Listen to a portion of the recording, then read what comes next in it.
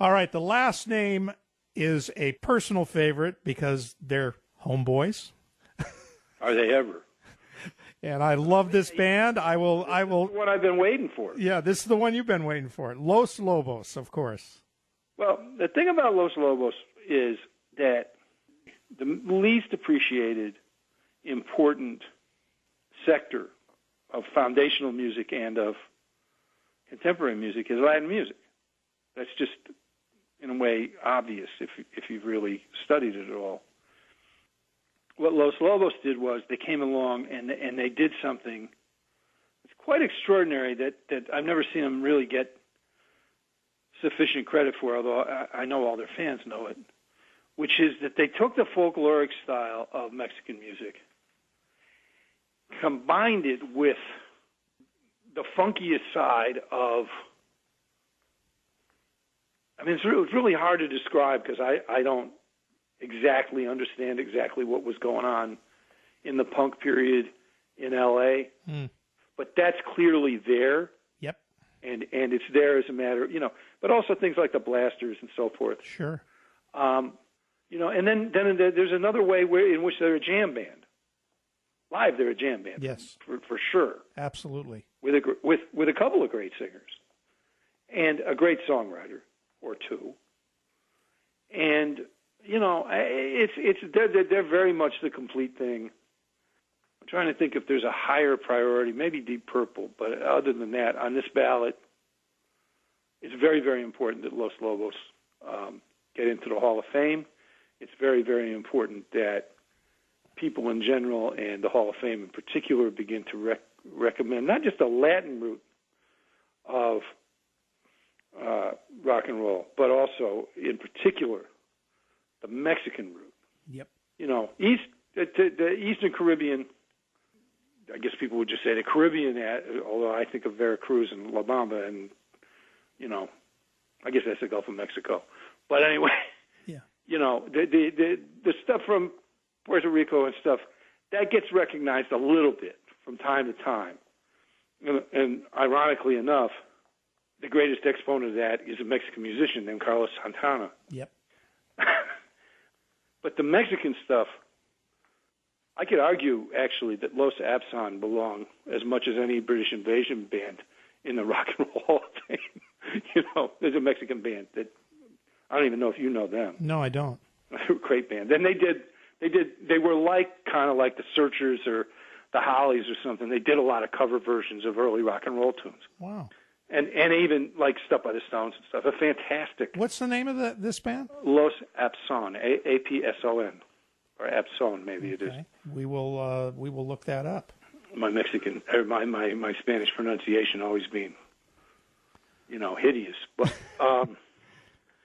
But there's lots and lots of, straight through, and that thread, which begins with Richie Valens, I guess.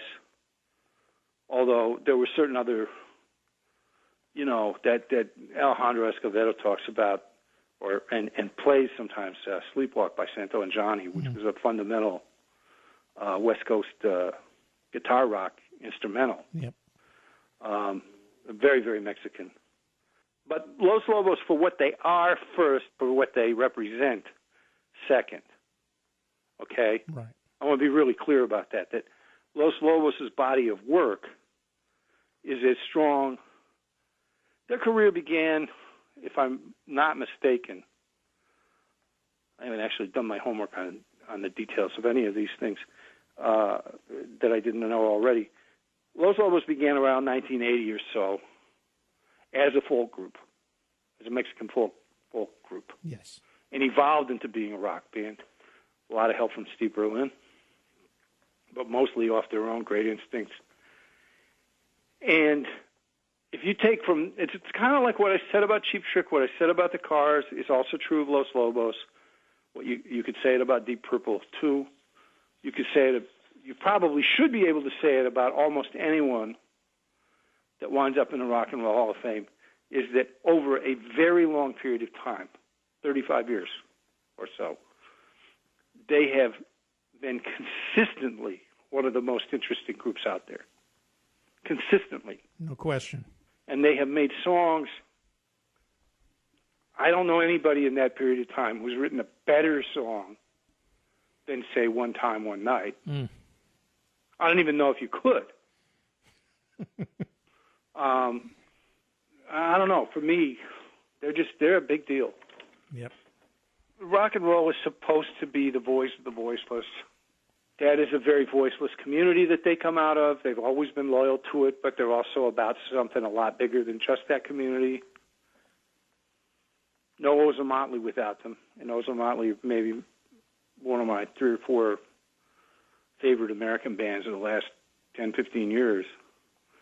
They're really, them getting in or not is really, in some ways, the key to whether I'm going to feel like this was a successful ballad or not.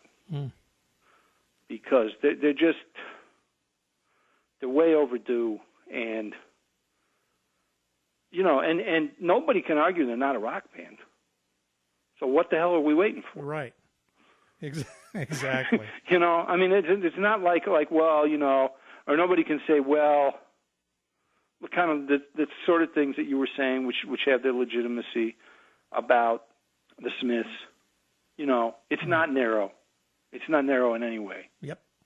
And what they come from and have always acknowledged coming from and have really beautifully represented for all that period of time is some of my favorite American music. And I wouldn't have heard nearly as much of it without, well, frankly, mostly because of some of my friends in Mexico and Southern California. Right. But the other reason is because, they gave me more people to listen to it with. They gave me a better understanding of it. They showed connections. They're the package. They're really the package. And I used to think that the best way to discipline my kids was to say, well, you can do that, but I'd be very disappointed in you if you do. And I kind of feel like that about Hall of Fame voters and Los Lobos. That's a good way to close out this. Yes, it ended as and the most paternalistic thing I've ever said in my life. That's fantastic. But so I don't know, trying to get around.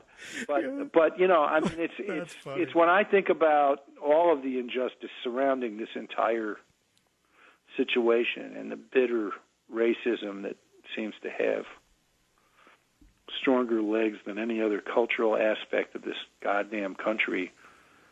I'm not saying putting Los Lobos in the Hall of Fame would solve anything, because obviously it wouldn't. But it would be doing the right thing at a time when a lot of people seem bound and determined to do the wrong thing whenever possible. So, but that's me lobbying. That's not, right. Just objectively, name a better band. Name better songs.